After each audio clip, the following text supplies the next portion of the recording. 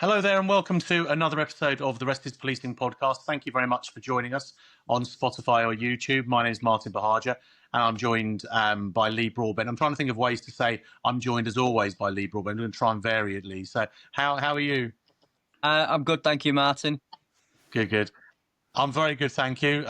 Bit cooler today, and I know we always talk about the weather at the beginning of these things, so it's not too bad today, or much better. And we're joined as well by Graham Goulden. Hi, Graham. How are you? I'm fine, Martin. Good to be here with you and Lee today. Brilliant. Well, thank you very much for joining us. And Graham, you're a retired police officer. I think a lot of people will know you from your social media profiles, but for those that don't, do you just want to tell us a bit about yourself and how you're keeping busy at the moment? Yeah, I was a police officer in Scotland for 30 years, and my first 10 or 12 years I was based in Edinburgh. And if you've seen the first Trainspotting movie, the real one, the real hard one, that was my beat back in the late 80s, early 90s, down in Leith in Edinburgh. And I was a detective for many years in Edinburgh, working in Leith and the sort of coastal part of the city, and then got involved in training and was an instructor at Tullyallen, our training college, training the next sort of generation of police recruits. And then started to get a little bit, what's the phrase, a little bit disillusioned, thinking, was I really making a difference in my role as a police officer? I was arresting the same people, and you've been there, Lee, you know this, just the same people, their children, and then their grandchildren as well, thinking, am I really, is policing making a difference? And I started to get involved in prevention work, and then in 2009, I was successful in an initial 18 months secondment to the Violence Reduction Unit in Scotland, but I stayed there for the last 8 years of my police service. And maybe we'll talk about that today. A great opportunity, which really opened my eyes and gave me a head start when I retired in 2017, and allowed me to take a lot of what I'd learned in the Violence Reduction Unit into life outside policing. So I now deliver leadership, active bystander type trainings in different workplaces, law firms, local authorities, sports teams, and education as well. And I work with policing. This week I'm about to start another week of training with the police in the United States, looking at this type of topic, active bystandership. And I'm working with 4 UK police forces just now who have really been reading some of my work and thinking, right, can you help us? Again, hopefully we can talk about that today, because I think bringing in third parties is something that we could all be doing a lot better, not just in policing, but think of the BBC with the Greg Wallace story and all these things just now where people feel disempowered. So yeah, I'm a bit of a geek when it comes to this topic because I really believe in it. And I just think it's something that is so underused just now. But it's great to be here with you guys and follow your podcast and really good stuff in the last few weeks from you. Thank you very much. It's very kind of you to say. I have to say, Trainspotting, what a movie that is. And my eldest sons are 21 and one's about to turn 18. And it's one of those coming of age movies when they get to sort of 16, 17. You're like, right, you can watch Trainspotting now. It's absolutely brilliant. But what a place to work, to a lively beat you must have had. It was just like fishing. Everywhere you went, you got something, you could catch something. And I joined policing to do that. That's what a lot of cops do, join to catch the baddies, as we often say. But it was so easy. But as I said before, really just I felt I was picking up the pieces of lots of wider issues in society. And it took me a good 15 years of just that gravy train to really start to think, we need to be doing something a lot better to reduce demand on policing, but also to help our communities better. I think a lot of people who either didn't work with you or don't work with you at the moment may well know you from your social media profile as well. So you obviously you share some really insightful posts, but particularly on a Sunday as well. Do you want to tell us a bit about those? Because I love following them. They're always really interesting. I don't know. I started this. I've probably lost count now how many I've done, but every Sunday or the days before, I'll have something ready, and it's really just to keep sharing this knowledge that I've acquired in the last, 15 years since I started working in the Violence Reduction Unit. Because I feel there's so much evidence out there, science. It's not my view. A lot of what I post isn't my view. It's what the science tells us. And I think we're very quick to ignore the science. We think we know it all. But we need to be doing so much better when it comes to, I'm supporting police officers supporting the public, creating safe communities, safe workplaces, because there's so much human science out there dating back to 1960s, which tells us, why people are not speaking up. It also tells us what we can do to help people speak up. And I just feel why keep it to myself? It's not my information. It's sitting on shelves. It's sitting behind double clicks. Let's get it out there and spark some curiosity. How do you feel about the what I would say is almost a constant conflict at the minute between the academia side of policing and the practitioner side of policing? Always seems to be that you're either in one camp or the other camp when it comes to this stuff. And it's like you said, there tends to be a lot of evidence out there. Let's look at the copper curve and the place-based policing, for instance, where we used to say, oh, if you put a bobby on a corner for an hour on a Friday night at 9 o'clock, then you're bound to have a dispersal effect on activity in that area. You can whittle it down via the science-based application of policing and say, well, actually, all you need is that bobby there for 7 minutes at a time, and you have that wider dispersal effect. So you can systematically deploy your own resources based on the evidence. But there's always that pushback between the practitioner and the academic. How do you think we can overcome that challenge a little bit more to get the research into policing? I used to be quite anti-academia, anti-research, thinking I knew it all. We police, we know everything. And then when I joined the Violence Reduction Unit, I was forced to look at science. We can't police our way out of this, was a phrase that my boss used. And we started to look at a lot of the evidence around violence prevention around the world, what works. And we started to try and convince people to buy into this. And one thing I found a good way to help people buy into things is help them see the benefits of the approach, right? That I think it's called reciprocity. What's in it for me? So what's in it for police officers? If we reduce violence in society, we have less demand. You're safer. You get your meal breaks back. Cops don't get meal breaks now because they're so busy. So helping people see the benefits of the evidence, and also just giving people agencies. What I mean by that is, I learned years ago that one of the most powerful things that you can put at an end of a sentence when you're trying to convince somebody to come along with you is say something like, "It's up to you if you want to," because far too often people say you need to. You need to do this. You need to do that, and that gets your backs up straight away, doesn't it? It takes away your choice. So, I often say in my work, it's up to you if you want to buy into the evidence, but the science says. And I think when you give people that sense of agency, it's their choice, then the science says that they're going to more likely to come along with you. So I think, for people out there who think they know everything, you probably have a good grasp of reality. A lot of what we know in psychology and social science, a lot of it is common sense, I think. A lot of it's common sense, and academia just gives it a capital letter, just gives it a starting point for you to go out there. And it isn't about creating experts. It's about just, backing up what you're doing with some science and research that tells you you're doing the right thing. Public health is how we tackle violence in Scotland. But if it works, we keep doing more. If it doesn't work, change tack, do something else. But we need to be following the evidence and the science around anything, I think. And if you really, I think the pushback comes, I think, from the approach that many take to try, you need to do something, you need to do that, and human beings just back off. So do you think that policing is given the space to do that, to properly test these things? One thing that always sticks to my mind is, I think it was down in Avon and Somerset, where it was kind of released or leaked that police were only attending burglaries at houses with even numbers and not odd numbers. And there was a massive pushback when that was released, not because of the fact that they were trialing a concept to see does it actually make a difference to our approach to burglary if we only attend half the amount of burglaries than we do? But it's that pushback that you then get from the public. It's that pushback that you then get internally.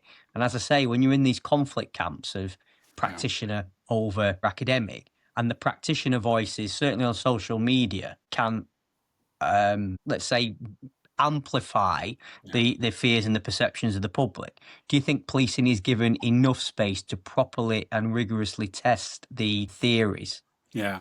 What I see, I remember when I was with the Violence Reduction Unit, I went from this cop who was, out there fighting crime, thinking that the only way to do this was to lock the baddies up, so to speak.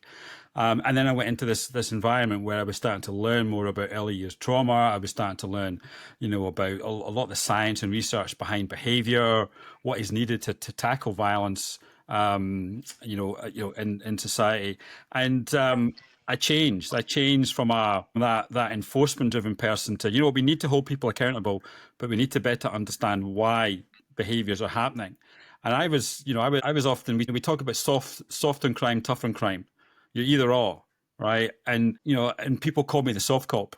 My colleagues, my family, in many ways, because I was speaking a new type of language, and I started to learn that we need to be smart policing, not tough policing or soft policing or tough on crime or soft on crime, smart on crime. How do we? And I think you need to spark curiosity. So again, I said a little while ago, forcing people to come along with you never really works. And one thing I learned about prevention was that when you know you're getting it right, people are uncomfortable. This whole conversation around men just now. As a man, in 2010, started to realise that what's going on with men? Most violence is committed by men against men. In fact, when you look around the world, that's the case. And in the past, I would have said things like, okay, well, it's not me, so what's it got to do with me? And then I started to listen to some friends in the US, friends in the UK, who started to make me see things differently. That didn't make me feel responsible, but started to think, right, what can you be doing as a man to... So they made me feel uncomfortable, but they supported me through that discomfort into that. I think it's called a sort of a liminal space when you move from one understanding to a new understanding. So I think, often I think policing is we force it upon officers, and we need to help them. We need to help people see what we can see. If you're a researcher, academic, or working in the violence against women and girls sector, don't force it upon people. Help them see what you can see. There'll be some people who will never come along with you. Right, and that's we know that's the case as well. But create that space for conversation, create that space for curiosity, and it worked with me. So if it works with me, it should work with most other people as well, I think. So we're not good at we impose it. The media kick in and create that soft on crime type thing. There was work done in the US many years ago in the 1970s when the New York Police Department did a work to rule. They didn't attend, they did no proactive policing. And many thought that crime would rise. Crime fell during that period. Because when police are over proactive, tenancies are lost, people lose their jobs, families are separated, and that leads to lots of other issues as well.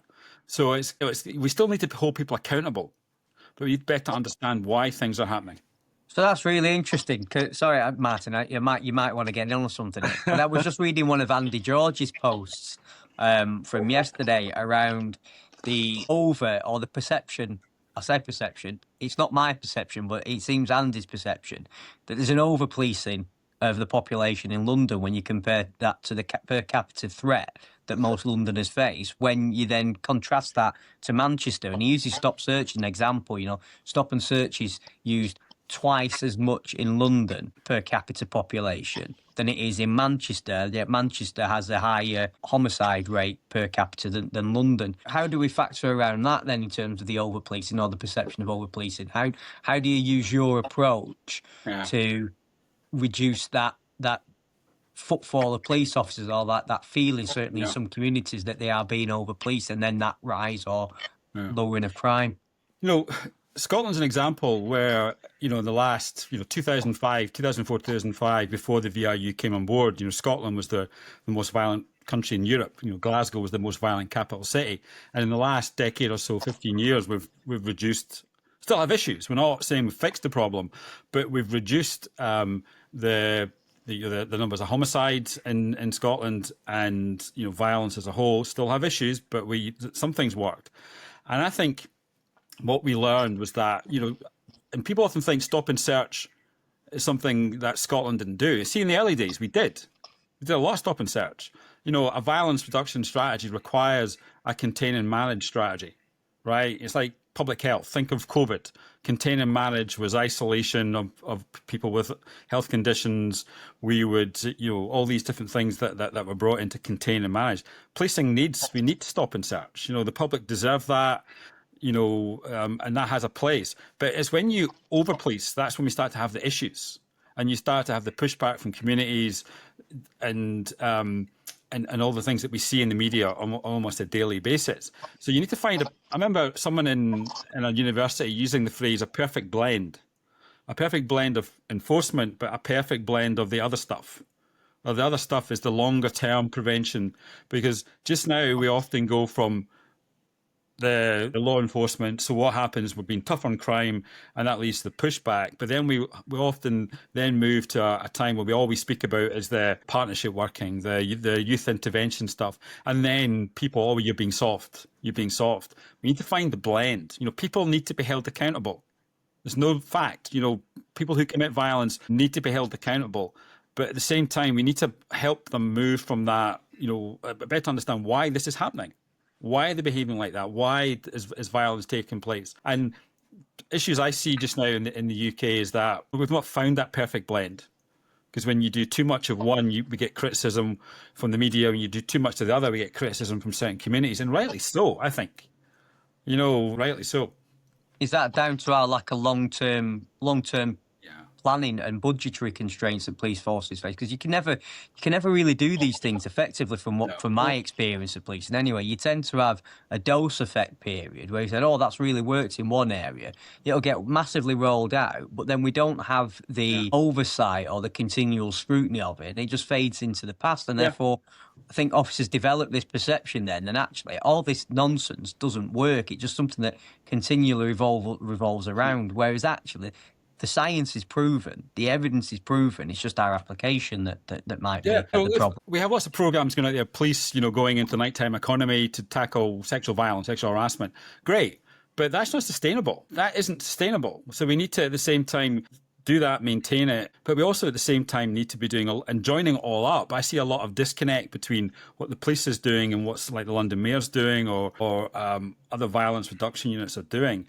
And there's also the risk that if you have a violence reduction unit, say in West Yorkshire or in Leicestershire, who are doing some fantastic work in a community, then the police come along with their size 10s and do all the proactive stuff, then you're undermining all the work that is being done by the violence reduction units.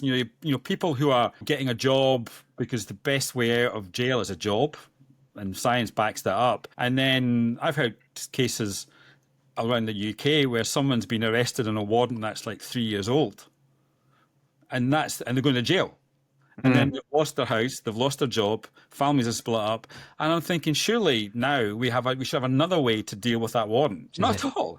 But we're often looking for the figures, aren't we? And you mentioned a good point, Lee, about short-termism.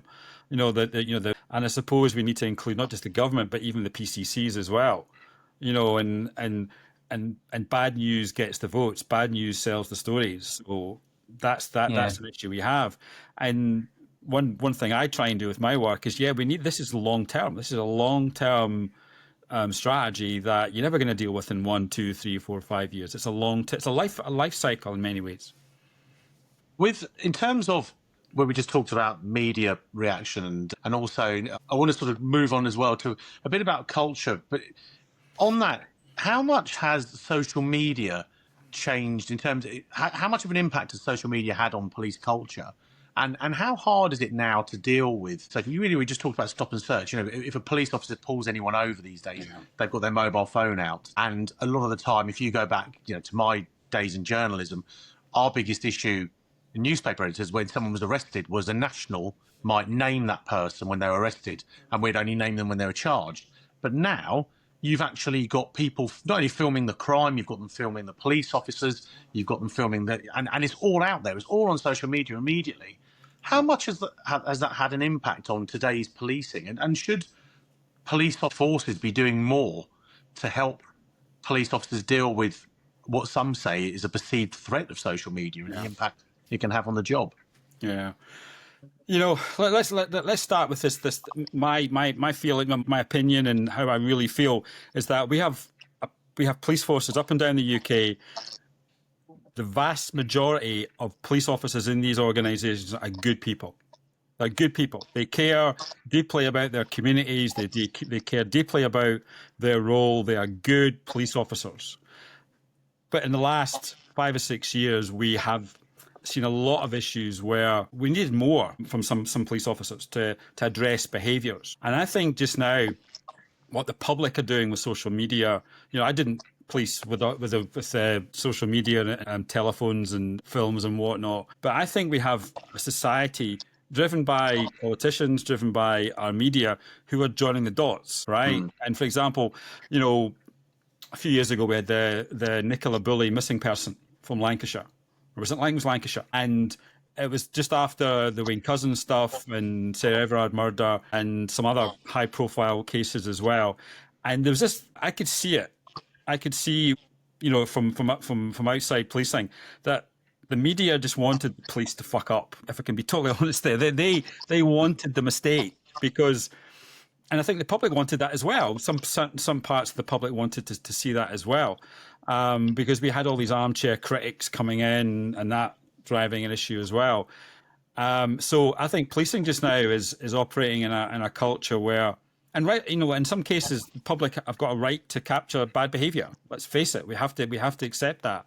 I think it's also an opportunity for police officers to be stepping in when these bad behaviours are taking place out in the street, mistakes are taking place, or behaviours are taking place, but we haven't seen that. And the public just now, in the work that I do outside policing, are not just interested in these bad apples that we hear getting talked a lot about. They're interested in why are people not challenging these behaviours. And I think that is contributing to why cameras are being chucked out there very, very, very quickly, and why people are jumping to conclusions, because they're joining all the dots from all of these past events which have been bad. Let's face it, 5 years ago, I think it was Mark Rowley said that, after the conviction of Wayne Couzens, in our efforts to build trust and confidence, you're going to see lots of convictions of police officers in the next 2, 3, 4 years. Some of them have been really, really bad. And I think he thought that was going to build trust and confidence. It's actually done the exact opposite, because policing has been playing a big game of whack-a-mole for the last 5 years, waiting for the big things to happen, people getting sacked, whacking the moles. And the public are thinking, how the hell did they get to that level of behaviour? They're starting to... They're losing trust. And this isn't I'm hearing it from the public, hearing it in all the settings I work in. Policing needs to get better. And I'm not just talking about leaders here, but everybody in policing needs to get better at reducing the moles that need to be whacked.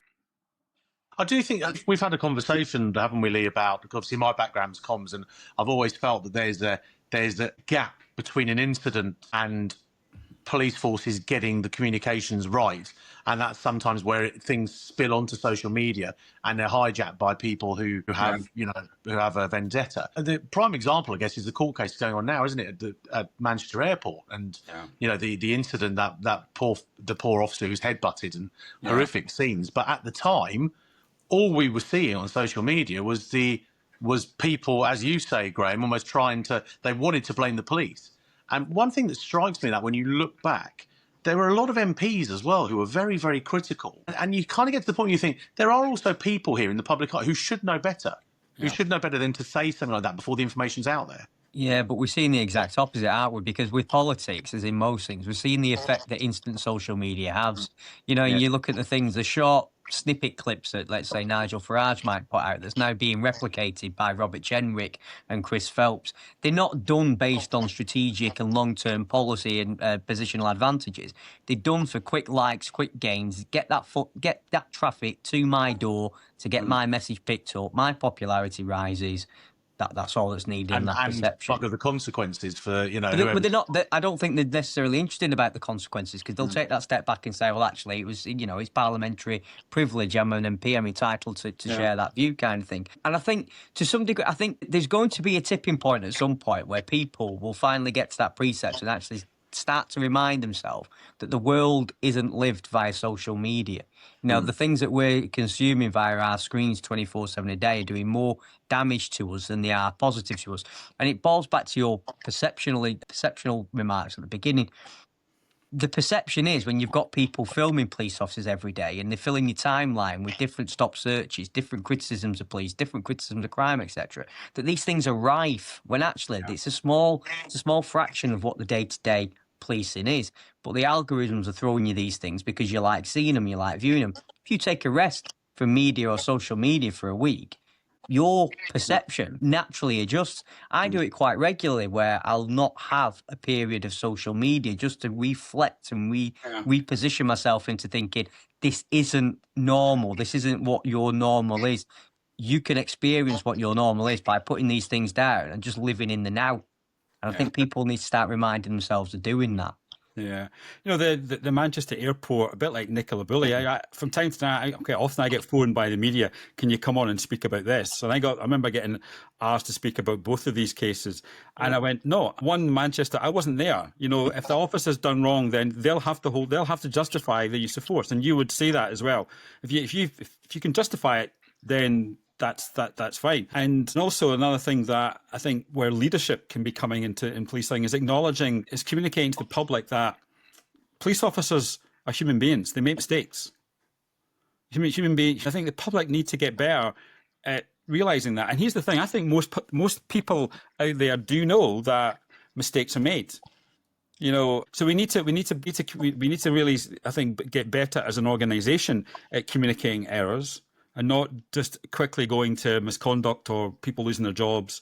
But also, I think the public need to be accepting that from time to time, police officers will make mistakes. If there was mistakes made, I've talked about this a lot on social media. I lost my dad to suicide in 2008. My dad went missing for 4 or 5 months.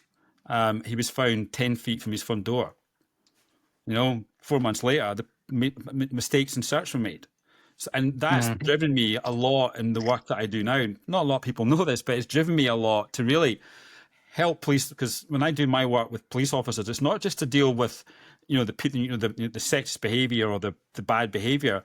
It's mistakes in process. If you see a colleague making a mistake in a stop and search and not doing the search properly or not putting handcuffs on properly, and going to say something about it, But we also need to train officers to accept that intervention. Accept that ability to, like, if you make a mistake, Lee, I'm gonna tell you, and is that okay? So we need organisations to start making it okay for officers to speak up. Yeah, there was a book about it. I can't remember what it's called. It's like a radical candor intervention. Yeah. I can't remember who called it, but I think the book called Radical Candor, and it's having that ability, or even that trust and that acceptance that you're going to give that harsh reality, that harsh truth, because it's better delivered now, knowing that it's being delivered from a position of care, of empathy, compassion, and the fact that we're both on the same page. We want to do this, than sugarcoating something, letting it drag on and ultimately get worse. So we need that radical candor back into our dialogue and relationship. So one of the things that always strikes me about this, and we've just had police bravery, haven't we? So it's quite topical at the moment, in that when I was at the Police Federation, I was always struck by when police officers were nominated for a bravery award, chief constables would always be there saying, police officers, the usual run towards danger and blah, blah, blah. But also they'll talk about how they had to deal with these issues in a split second. Got no time to think, whether it's an armed officer, an armed and person with a machete, someone sent themselves, throwing themselves into rivers, whatever it is. Yet 3 or 4 months down the line, you've then got an officer from that force being suspended for a misconduct hearing in a case not too dissimilar from what somebody's won a bravery award for. It's correct. Got a different way, and somebody's just made a mistake along the line, and sheer luck. Yeah, and that's what always struck me. I used to think, surely there has to be a different way of dealing with police officers who've made a very innocent mistake with the best of intentions, rather than just throwing them to misconduct or and suspending them. Yeah. Are we still in a position? I mean, we are. I know the answer, but what could they do? Should more be done to support officers in those examples? And why are we in a position now, I guess, where that's still the case, and we do so much about an officer's mental health, but we don't do anything to support them when they're in these incidents? A book I read from American psychologist Amy Edmondson, who coined that phrase, psychological safety. And she says that in her research when she was a young student, she assumed that the best teams would be the ones with the fewest mistakes, right? Yeah. And she was surprised that it was the exact opposite. The most successful teams are the ones that have got the most mistakes. Why? Because they talk about them. And I think, I remember as a sergeant years and years ago, telling my team, you know what, we make mistakes. If you make a mistake, just tell me. Just come and tell me. Come and tell me. And we can deal with it. we can deal with it, and we can. And I remember that from my sergeant making mistakes when I was a young cop, and him sitting down with me and pointing the mistake out and what needed to happen. But don't worry about it. We'll get through it. But it's when you try and cover things up. And I think, what I'm seeing in policing just now is where we've got this extreme sanction that's often given to police officers.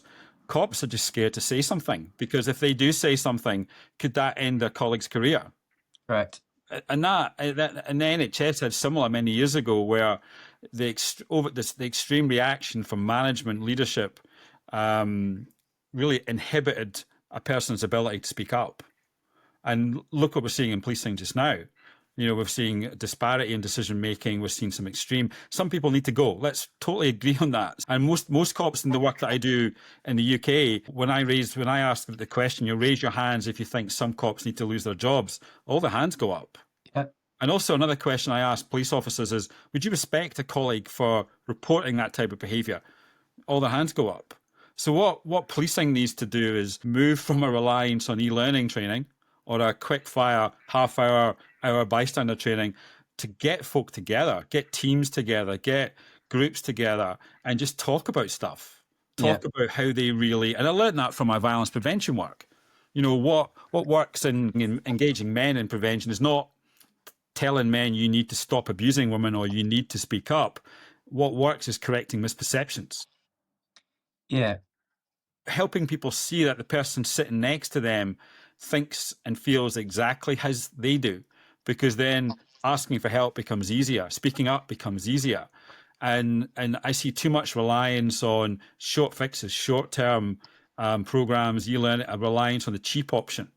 And let's face it, it might be cheap to deliver, but see down the line when you have that million pound lawsuit, or I think it costs 6 figures to suspend an officer of up to over 6 figures, even 5 figures for an officer who's been taken off, or staff who's been taken off frontline duties. So the long term, you won't save money, and the trust and confidence, which you can't put a value on, is just going down at the same time. Yeah, and I think that's where we've touched on this before in the podcast. We've gone full swing because we kind of got to a position where we recognised that the way we were doing things and having a punitive misconduct system was expensive. It wasn't gaining trust. It wasn't gaining confidence, and ultimately, it wasn't improving things. And then you kind of had that period where all the black box thinking, Matthew Syed kind of research kind of bleeding through, touching back on the aviation stuff. The aviation culture is the safest way of travel, because every near miss is reported, discussed over, delved upon, learned from, and therefore you get, as you say, you're making these mistakes, but you're having the debriefs, you're having the learning from them. Yeah. Where we're at now, because of what happened with Sarah Everard, and it was the ultimate reflective point, and it absolutely should be. But what's happened now is, as you said, we've gone from a period where the regulations had changed, 2017, 2020, to encourage more reflective practice, more debrief, more learning from mistakes, and less punitive sanctions, to one now, because of 1, 2, maybe 3 events, significant events though they are, the full pendulum swings come across. And as you say, we're now punitively driving sanctions in order to try and increase confidence and trust and reduce mistakes, where ultimately it's having the opposite effect. Because as you say, officers are less likely to come forward to share what might be a minor infraction, through fear that minor infraction is going to be picked up, picked to pieces, and the colleague sacked for what would necessarily be, you come here, wind your neck in, go and sit over there for 10 minutes, have a breather, come back to me after that, and we'll chat this through. Do you think there'll be a reaction to something like that? We'll talk about the Lawn Castle incident, because there doesn't seem to be anybody that I know of that believes he should have been dealt with in the way he has been dealt with. There might be some things for him to learn. He might have made the odd mistake, but and we'll talk about the case and the backlash at his colleagues as well. But to both of you, can lessons be learned from a high-profile case like that? Or should lessons be learned? Okay, so we'll come to let's go back to when Lee mentioned the books Black Box Thinking. I had a wee snigger, right? And I'll tell you, here's my story. I remember a couple of years ago speaking at a big conference, senior police leaders in the room, and I was talking about some of my work. and I was talking about aviation, right? And a few of them, oh, Black Box Thinking, yeah, great book, great book. And I said, have you read the book? Oh, yeah, I have, yeah. And they said, yeah, we've read the book. Well, why haven't you implemented it? Because he's Correct. giving you the answers. All the answers are there of how you help people overcome hierarchies.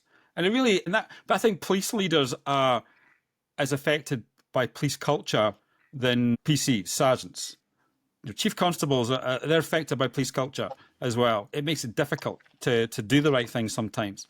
But the Law and Castle, I'll get my facts right in this one. At the time, and I still think, yeah, could we, was that losing his job extreme? Yeah, I do. But I've learned recently about some other behaviours in the past. You correct me if I'm wrong here. I remember talking to somebody. We always had that angry person on the shift, right, who reacted quite quickly. But let's leave that aside. But when you look at the Law and Castle case, I just wanted the colleagues to just get their mate out of there. When the red mist is coming down, just take your friend away. Just sort of redirect. This work with the US I'm doing this week, they use code words in these moments, little phrases, little code words that are just used to snap your colleague out of the red mist, that amygdala hijack. That, when the work I do with policing in the UK, I bring in a bit of brain science. When you're stressed, you're less intelligent. In fact, we should be training officers to spot these signs in their colleagues and just getting your friend away, just redirecting, and then having that follow-up conversation later on. It's not always possible in that situation, is it, to pull away? I mean, you could hear his colleague trying to make the intervention softly. No. But as you say, there was some that snap thing to bring away. I mean, my personal reflection on the Law and Castle thing is that it's become too polarised to have any learning from it, because neither side will view it as having done anything wrong, and that's evident in the crowdfunding appeal that's gone for Law and Castle. That gives that sense of there's a huge amount of support out there for him, what he did, and then you've got the forces position in terms of the background, the information, what happened, and the decision they made. Did he need to lose his job? Hand on heart, no, I don't think he did in that situation.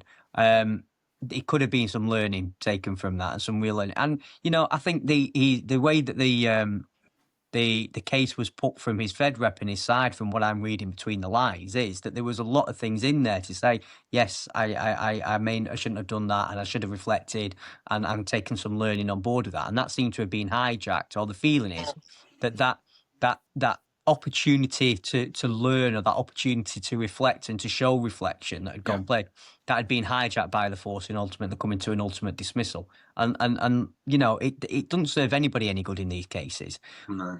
There should be a degree of reflection on both sides on this, because there's a lot of learning from the force. I'm sure the chief constable was having felt a lot of pressure at the time, and probably still does, while the appeal is going on, as to say, well, how are we going to work through this, and can we work through this? Because ultimately now you might end up in the position where Lawrence appeal is successful, he's reinstated, and it completely undermines the position of the chief constable and the force, which is why you should have independence in these things.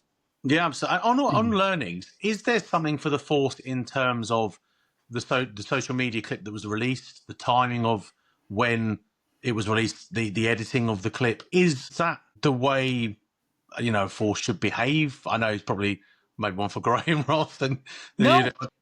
I mean, I can understand what the force was trying to do, because police officers and police have been pushing the forces to be more adapted with social media and to try and get ahead of stories and narratives before a false narrative takes hold. And I think that links into a lot of things. Going back to the Manchester Airport incident, I wasn't the chair at the point of that incident. I'd left. But when the incident had taken place, on the day that it happened, I was being contacted, not only by press, but by colleagues that were close to the officers concerned, because this narrative was already taking hold, and people wanted pushback. They wanted that voice to say, no, stop. This isn't quite what's happened. This isn't quite what's being made out.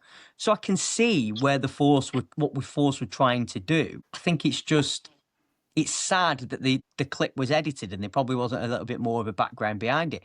I've always been an advocate for some time now of the US approach to the critical incident response videos and publications that some US departments put out, where you have a pause on things, you wait a couple of days, but then you have this lovely tailored social media package of 4 minutes long that talks through the call handling, talks through the information that was given to the officers, goes through body-worn video, CCTV footage.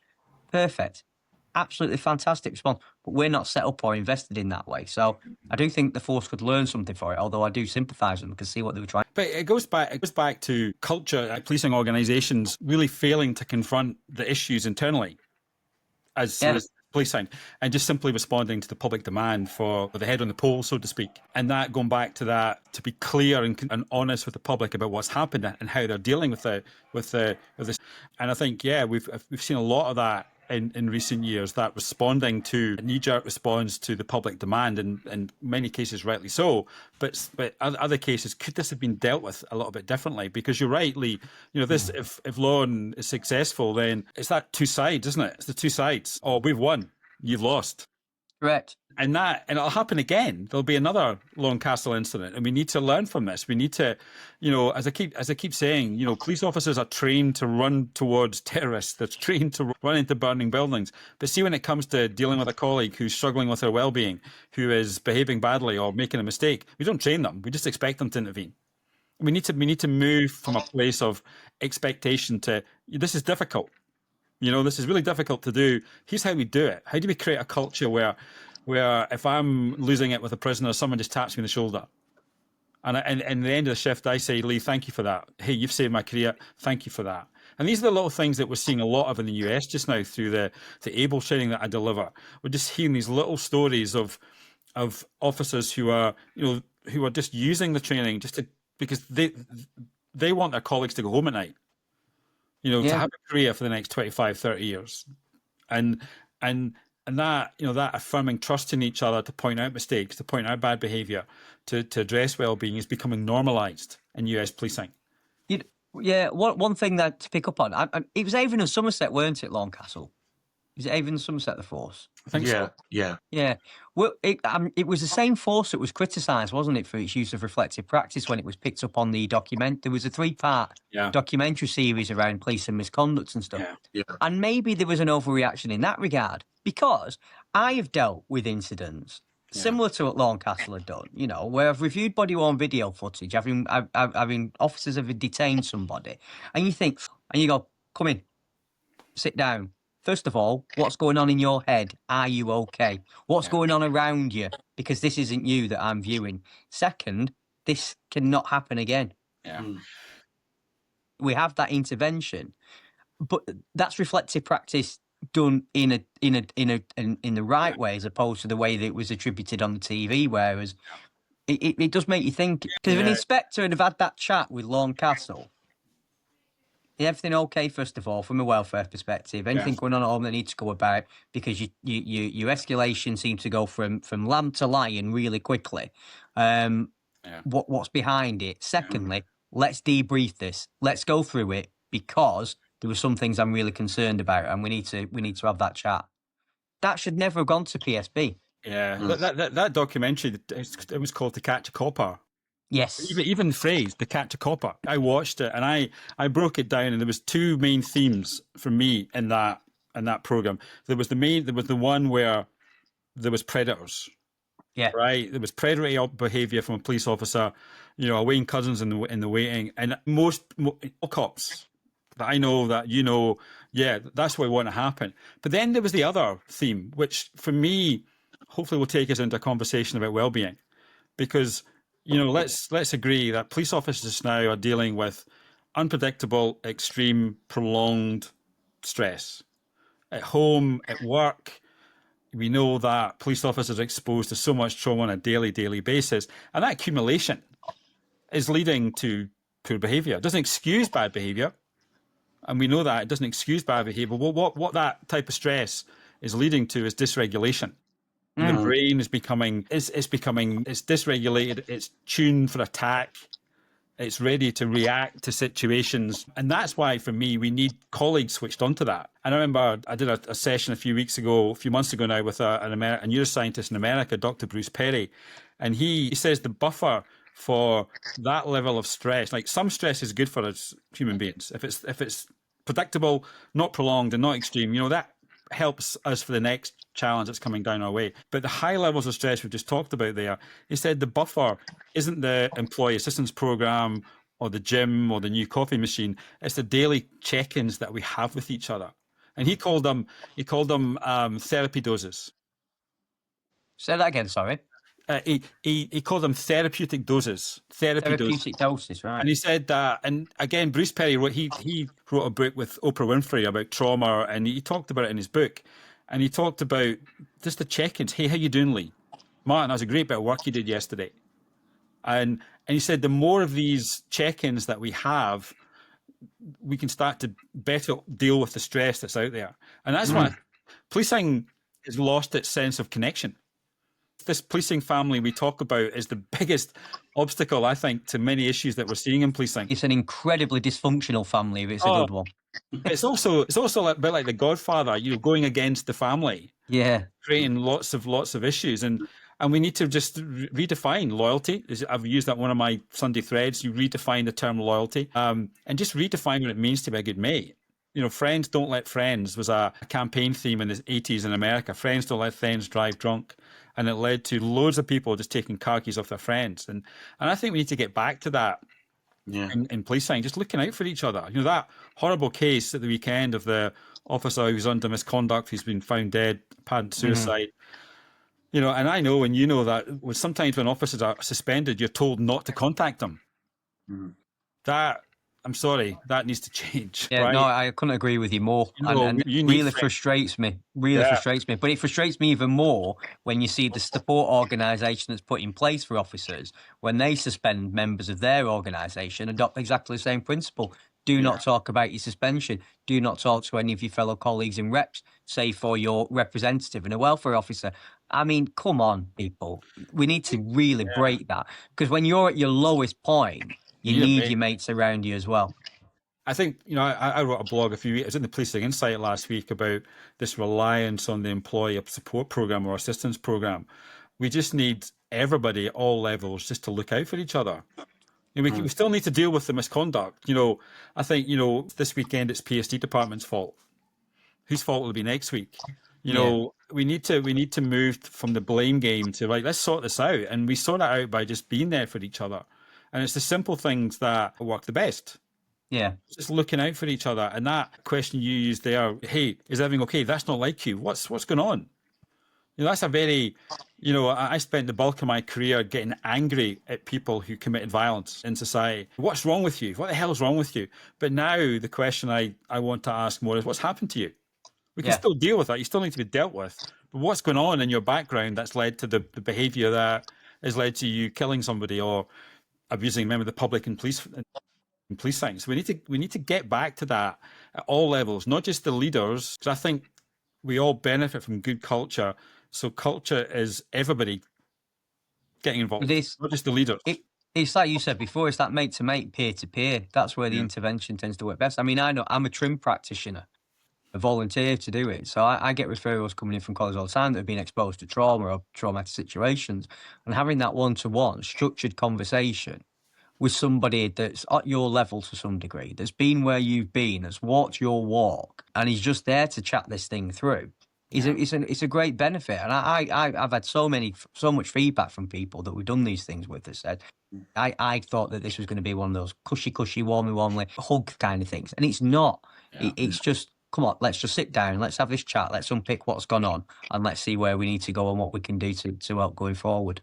While we've got Graham here, it's the question I wanted to ask as well about would consistency help? So we touched upon this, didn't we, a few weeks ago, Lee, with Lobby, where we were talking about how ridiculous it is to have, a force where you can be suspended for sitting in first class on a train, and in another area you can, what some would deem, get away with something more serious and not face any misconduct sanctions. And obviously on LinkedIn, Mark Rowley, Met Commissioner, spoke about, it wasn't a single force model, I guess. He was talking about sort of 10 or 12 super forces. And as someone, Graham, who's worked for Police Scotland, do you think this could work? Would it help, or are they way of the mark thinking this is something that would help policing? What needs to happen, and would a single force or less forces, would that help in any way? You're probably going to think that I'm going to come back and say it wouldn't. I actually think we need to get to more of a streamlined, Police Scotland concept was great, but culture got in the way. And people will criticise me for saying that. But, policing has always been that, it's always been like that. We hate change. We hate change. And I think that, for me, was one of the biggest barriers to Police Scotland being a success. Yeah, it made mistakes. There's no doubt about it. It's a massive, massive entity. But imagine if every single officer had got that, was right behind it, was flowing in the same direction. It'd be fantastic to do that. So I think if we're moving down the line in England of a big, and we've been talking about it for many, many years, leaders need to get the people on board. They need to not just get people to buy into it, but believe into it. Yeah, and that's going to be difficult. It's going to be difficult to do when you've got so many chief constables that are going to be fighting for less position as well, because you'll get the back politics briefings of why it's bad, and that then sows its seed, and then there's your issue, and the bad news sells the story for the media. That's why the politicians will get involved, because it will get them the 5 minutes of fame on GB News or whatever other news sites are available. But you know what I mean? You've instantly got the other side who are going to put the barriers up, and that just scuppers everything. I think the concept is great. Consistency is key in culture. The All Blacks talk about their family, Vanu, it's called Vanu family. The team that flows together will be the most successful team. Right, and that was the background to my As One program with policing in the UK. As One, we just come together. Look out for each other. We join to help people. Let's extend that to helping each other through these. We need to create this flow together where we're all going in the same direction. Because if you don't have that, then you've got cultures as opposed to culture. And I think we see that a lot in different cultures emerging, some good but some bad, and that just creates a lot of issues out there. So yeah, I think concept is great, but it needs good, strong leadership to really push it along. Brilliant. Thank you, Graham. Speaking of good, strong leadership, Lee, we're brings us on nicely to the Police Federation and your plans to break the monopoly. So how is that going? Is there any update for our listeners? Yes, we should be relaunching the Crowd Justice page at some point this week. I'm just waiting for the final draft letter to come back from the barrister in terms of the pre-action protocol to send to government. And the idea is we'll send the letter on the same day that we relaunch the campaign, so it's clear direction. And that's what we'll be doing this week. I don't know when yet. It's all on the barrister coming back to me with the letter. Usually I say that and Mandy will send me an email in 10 minutes' time and it'll be all guns go. Brilliant. Well, we'll obviously keep updating everybody, all of our viewers and listeners on Spotify and YouTube, and also via the social media pages. So that's good to know. Graham, just want to say thank you so much for joining us. It's been brilliant. That's like an hour and 5-10 minutes has flown by. So if you're willing, we'd love to have you back on, because I think there's a lot more we'd love to ask you and to delve into in terms of, as things move and as we hear more about potentially, the forces, the setup within England and Wales changing, and whether or not we can replicate what's happened in Police Scotland. But thank you so much for joining us. It's been brilliant to listen to you, and we'll have you on soon, hopefully. Listen, thank you, Guy. And it's the simple things that work, and these conversations that you're creating they're sparking curiosity. I'd love to come back and talk about some other stuff as well. Oh yeah, I could have gone on for another hour easy. Me too. Listen, thanks again. Brilliant. Thank you, Graham. Thanks very much. And thank you, Lee, as always. And to our viewers and our listeners listening, thank you again. We're getting some absolutely fantastic figures on YouTube and particularly Spotify. So thank you for listening. And do keep sending us your questions and any feedback you've got. If you've got any questions for Lee or Graham, we can send them their way, particularly if you'll give us if you send us questions for Graham, gives us a great reason to have Graham back on very soon. So we use that as our reason. So thank you very much for tuning in, and we'll see you all soon on The Rest is Policing. Cheers.